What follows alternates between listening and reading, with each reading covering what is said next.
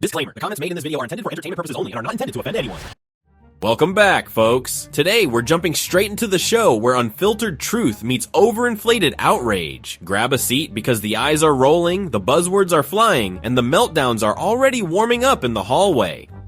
First up is a woke troublemaker who tries to act bold with a preacher, but instantly regrets it once a real man steps in and refuses to let his stunt slide.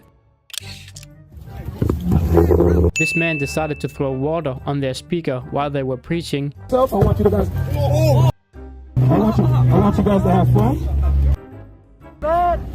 It's waterproof. He then comes back and kicks and destroys the speaker. Going to hell for being a lesbian. If you don't repent, yes.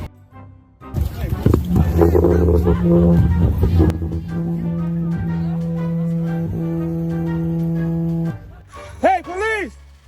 Police!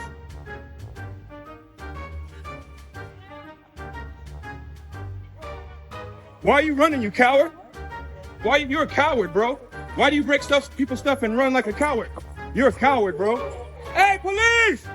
Police! Police! Police! Like and subscribe. The moment accountability hits, all that fake confidence evaporates and he starts scrambling while the guy keeps the pressure on and shuts his whole act down. Next, we've got Dan Crenshaw sitting there calmly roasting an entire worldview without even raising his voice.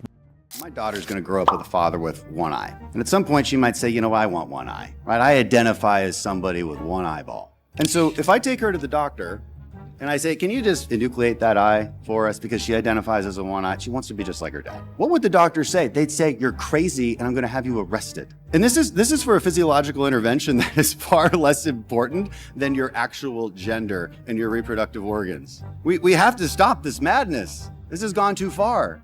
What evidence is there that there's benefit for these so-called standards of care? I mean, anyone can say that they have a standard of care, but it has to be based on some kind of evidence and research. And you find little to no evidence that there's benefits for this. Maybe you just press pause. Because if we're doing permanent physiological interventions to children that have permanently disfiguring them for some hope of a benefit that is not conclusive, then maybe we should press pause. While woke activists try to sell the idea that kids need irreversible procedures because they identify, he drops the one analogy that sends their whole script straight into meltdown. By the time he's done asking for actual evidence, the room sounds real quiet and the narrative looks real flimsy. Next up is a sheriff laying out the kind of blunt truth that sends woke activists into full meltdown mode. Florida sheriff is not playing around. Did you see that cop on TV? They were saying if someone breaks in your house in Florida, please shoot them. We prefer if you shoot them. 7 charges total. His bond's $157,500. As to the person, we don't know which homeowner shot at him. I guess they think that they did something wrong, which they did not. If somebody's breaking in your house, you're more than welcome to shoot them in Santa Rosa County. We prefer that you do, actually. Whoever that was, you're not in trouble. Come see us. We have a gun safety class we put on every other Saturday. If you take that, you'll shoot a lot better, and hopefully you'll save the taxpayers money. Hilarious. That's Florida. I mean, he's getting a lot of heat today. Not in Florida. I bet they're like, yeah. The thing is, once people start going to jail for defending their own property, you've made a mess. You made a mess. You made a giant mess. The sheriff basically hands out permission slips for homeowners to defend themselves, and the woke crowd clutches their pearls. Finally, someone's saying what everyone else is too scared to admit. This time, it's a woke student trying to prove multiple genders existed in history by quoting everything except actual history, and Michael Knowles wipes the floor with them in seconds. Imagine citing a Disney movie to prove multiple genders existed in history. There's evidence of people who were transgender in ancient Greece, Rome. Judaism is an example of a religion that acknowledges 6 or 7 genders. I don't think that's quite true. My evidence for that would be in the very first book of the Torah in Genesis. One of the most prominent lines is that in the beginning, God created man. Both male and female created he them. It's not the... What you're citing is this line that a lot of people who are pro-transgender will say, which is, you know, actually in some Native American tribe that I can't quite name right now, I'm sure they believe in 3rd and a 4th and a 5th gender, but that just isn't true. That's been made up by white liberals. You know the movie Mulan, Disney? I haven't seen it, but I've heard of it. Mulan, dresses as a man, right, goes to war. That's based off of true history. Oh yes, cross-dressing has occurred in history. Not just cross-dressing, but people who in went... Mulan, did the female character think she was a man? No. Oh, okay. Crazy how common sense isn't common anymore. The moment he asks one simple question about Mulan, the entire argument collapses. All that confidence turns into stuttering, while Knowles stays calm and slices through the fantasy like it was never there to begin with. Here's a good one where a woke keyboard warrior who thought threatening Crowder online was peak bravery, only to fold like wet paper the second Crowder walks in holding receipts bigger than the juice bar menu. This is undoubtedly the first dose of reality this leftist has ever had. You remember me at all? Steven Crowder at all? No, not familiar? No. This is you threatening to slash my tires here? Oh my god, dude. You need Remember to this? chill out. Slashing my tires and actually... We're trying to work. Let me ask you, why do you think it's okay to threaten to slash someone's tires? Hey, I didn't do it. I'm a conservative who has a difference of opinion from you, and I've never threatened actions of violence. I've never threatened to slash anyone's tires. You need to get out or we're going to call the police. You know what, let's call the police officers, because matter of fact, we actually have... No, actually, I would like to speak with the police. We're about to file a report very soon. This is a part of being a man, is owning up to the actions here. When you threaten violence against someone, part of being a man is taking ownership of your actions, taking responsibility. The guy instantly switches to denial mode while Crowder stays steady and schools him on responsibility. Nothing exposes fake tough talk faster than meeting the person you tried to impress the internet attacking. Up next is a woke patriot cosplay expert who goes from smiling for a harmless photo request to slapping an innocent guy across the face, like she's auditioning for a villain role. This girl decided to slap this man for no reason while they were out filming and made a disgusting remark. Did you give my friend Hayden here a kiss on the cheek for the poll? Oh, wow. Oh, my God. Oh, wow. Really? What are you doing? Wow. Wow. Are you okay, Hayden? Yeah. That was kind of hard. Wait, why'd you do that? Are you okay? I don't know right now. I don't know. Are you okay? I'm chilling. Did you get that on camera? Yeah. And then she said, you're not from this country. Oh, wow. Oh, wow. That's... I'm sorry, Hayden. Luckily, it didn't take long for the internet to find her, and she ended up deleting all of her social media. Then she hops on a bike and sprints off after dropping a racist insult, proving once again that woke outrage is always loud until accountability shows up. Meanwhile, the guys stay calm and let the footage do all the canceling she tried to avoid. Now check this out, a teacher trying to sneak pride flags into every corner of his classroom, acting shocked when the students finally push back and refuse to play along. This teacher kept handing out pride flags to his students, but some of them weren't having it. So I keep hanging these flags up, and then I come back and someone's ripped the pole off or broken it in half, but look what someone wrote. Who even says that? It's okay if you have an opinion, but it's mine. I brought it in here. I hung it up. The man films the aftermath like he uncovered a national crisis, completely stunned that teenagers are not lining up to worship his rainbow decor. Watching him struggle to understand why nobody takes his little activism project seriously is the perfect example of woke ideology meeting an audience that has checked out. Coming up, we've got a woke pundit who tries turning a simple point about Kamala Harris into a circus of excuses, only for him to slice through the nonsense like it is nothing. Holy.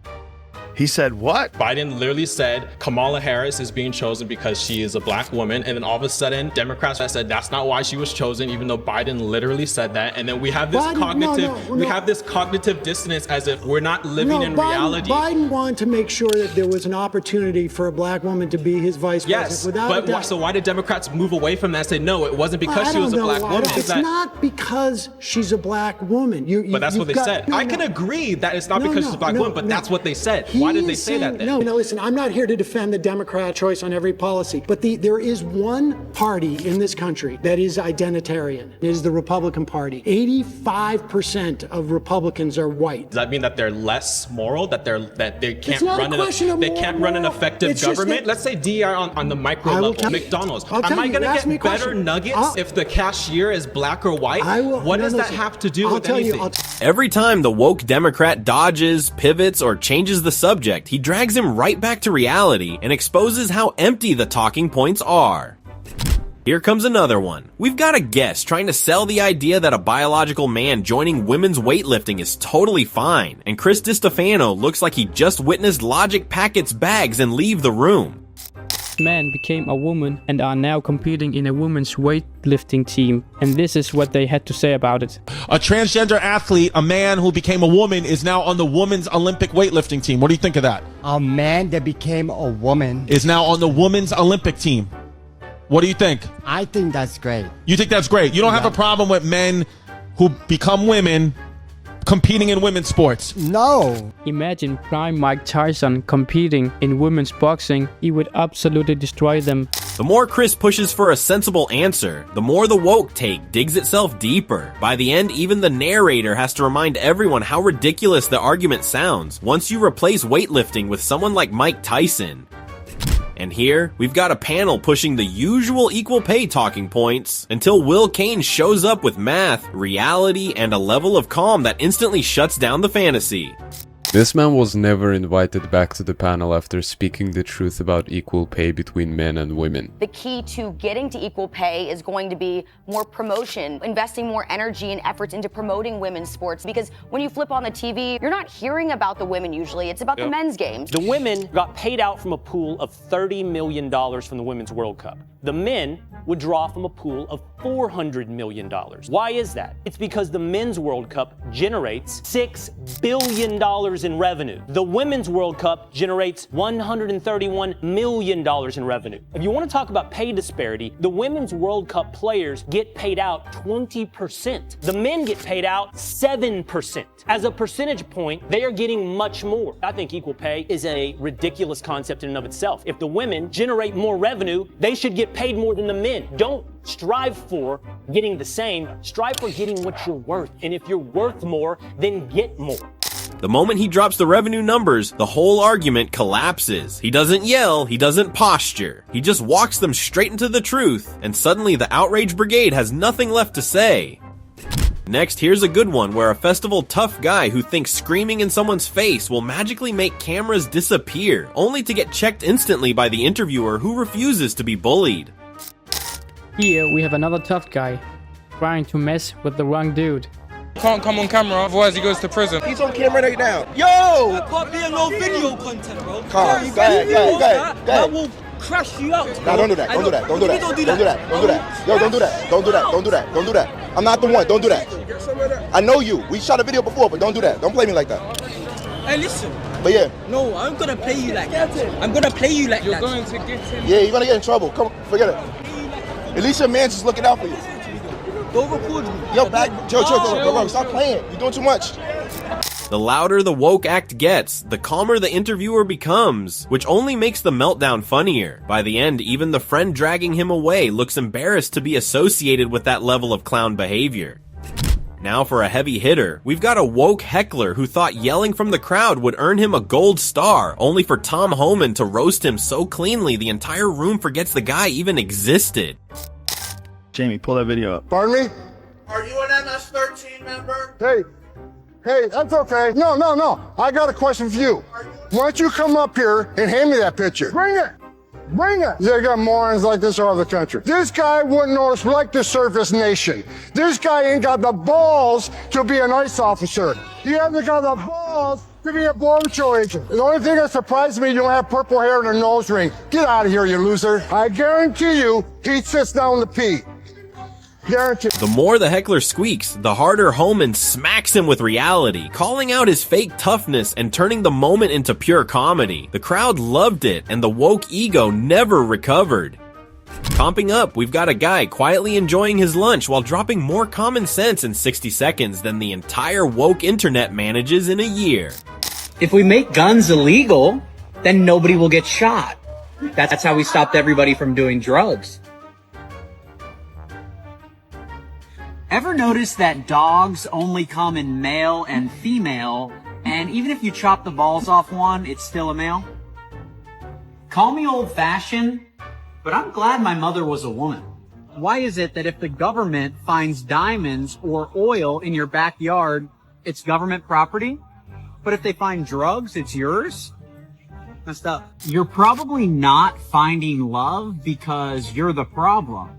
And God is protecting other people from you. Every time I order a cheeseburger, I make it a double so that a vegan out there in the world isn't actually making a difference. So I can't have an opinion on abortion because I don't have a uterus. But I can be a woman without one? Got it. Every line he delivers cancels a different piece of woke logic, and he does it without raising his voice, just sarcasm and snacks. The calm confidence makes it sting even more, because nothing annoys woke activists like someone dismantling their talking points between bites of a cheeseburger. Next is a podcaster who takes one look at a massive gender equality strike and turns it into a full comedy routine that hits every woke nerve at once. So 100,000 women went on strike today and I demand gender equality. The entire population is 370,000. So over 25% of the population went on strike, and I have some crazy news for you. The economy did not come to a stop, and it continued as normal. The only memo I got was that HR departments were getting no complaints for the 24 hours that the women were on strike, and men were writing that they were really sorry women didn't get gender equality, but I heard one CEO said it was nice to finally get some done, end quote. He breaks down the numbers, waits for the outrage to bubble up, then casually points out that the economy didn't even blink. Add in the HR joke and the CEO punchline, and the whole thing becomes a brutal reminder that woke theatrics don't equal real impact. Here comes another one where a college kid is trying to launch into the usual moral outrage monologue, only for the reporter to hit him with a two-word question that sends his whole script flying out the window. Donald Trump said on this video that he likes kissing pretty women and that— You don't? Sir, can I finish? You like kissing ugly women? Excuse me. Can I finish my statement, please? The moment he's asked to apply his own logic, he freezes, stammers, and starts begging to finish his statement, while the reporter keeps dropping haymakers with a straight face. It's the kind of shutdown that leaves woke talking points sitting on the curb, wondering what just happened. Comping up, Matt Walsh is listening to a woke word salad about pregnant people, and you can almost see the confusion turn into pure amusement on his face. Do you know what the leading cause of death for pregnant people is? Pregnant people? Mothers? If you'd like to call them mothers, not all of them are. What are they if they're not mothers? They're pregnant people. It only takes a couple extra syllables to use inclusive language. To include and who? It seems to include people who don't, identify as women but can become pregnant. I would like to identify as the correct person on this issue. That's not your identity. That is my I promise you, that's my identity. The moment he flips her own identity logic back on her, she collapses instantly, refusing to accept the very rule she just preached. Walsh stays calm, stays sharp, and leaves her argument sitting there blinking in confusion while the crowd laughs in the background. Next, we've got a BBC host trying to corner a politician with the usual outrage script, and the man doesn't just push back, he steamrolls the whole narrative. Putin comes here in August as planned. Your government will be obliged to arrest him. We will want President Putin to be here even tomorrow, to come to our country. You would welcome Vladimir Putin here right now? Of course we will welcome. A man who is being investigated for war crimes by the International Criminal Court. We will welcome him to come here as part and parcel of BRICS, but we know that we are constrained by the ICC. Putin is a head of state. Do you think that a head of state can just be arrested anywhere? How many crimes have your country committed in Iraq? How many crimes have everyone else who's so vocal today committed in Iraq and Afghanistan? Have you arrested them? You're making a lot of noise about Putin instead of working for peace between Ukraine and Russia, and you fail to resolve the war. Where are the weapons of mass destruction? More than millions of people have died in Iraq and Afghanistan, and there are no weapons of mass destruction. We know what the war is about. The moment the interviewer starts lecturing, he gets hit with a full rundown of Western hypocrisy, unanswered questions, and receipts he was not ready for. By the end, the woke moral high ground is gone, and the host is left blinking while the guest keeps swinging. Now check this out. Here's what happens when woke manners run straight into reality. I'd like to encourage people struggling with this to be kind as their first impulse. We call somebody what they want to be called in our society. For instance, I don't call somebody Julie if they prefer to be called Jordan. That's just basic human courtesy. One thing I'd like you to really look at in regard to this controversy is to watch out for who's getting centered in the discussion. Political correctness is code that powerful people use when they're annoyed that they're actually not the center of attention in any given discussion. And Bill C-16 is actually not about cisgender people. It's about protections for transgender people. So, mostly with this Peterson controversy, which is really just a small drama, a tempest in a teapot, he could just get over learning program a few pronouns into his phone. Well, kindness is the excuse that social justice warriors use when they want to exercise control over what other people think and say. So, if we're bandying back and forth our differences in value, I would say that the highest highest possible value is truth, and that one of the concomitants is that we need stringent protection for freedom of speech so that we can utter the truths that we see fit. And I think that that's a value that's much higher than kindness, for example. When you discipline children, you often hurt their feelings in the short term so that they can learn to behave properly in the medium to long term so that their lives go well. And so this automatic assumption that the people on the social justice warrior side of the equation are motivated only by kindness when they're also clearly motivated by power is something I find completely untenable. And I don't think that Pete's solution to program my cell phone so that I can remember what names people need to be called is a reasonable solution at all. The calm response cuts through the noise, pointing out that moral pressure often hides control. Truth and free speech take center stage, and suddenly the woke position sounds less compassionate and a lot more authoritarian. And that wraps up today's tour through the world of unfiltered comebacks and instant reality checks. The woke came armed with slogans and moral superiority, but once again, none of it survived contact with someone who simply refused to play along. If you enjoyed watching the outrage crumble, don't forget to like, share, and subscribe.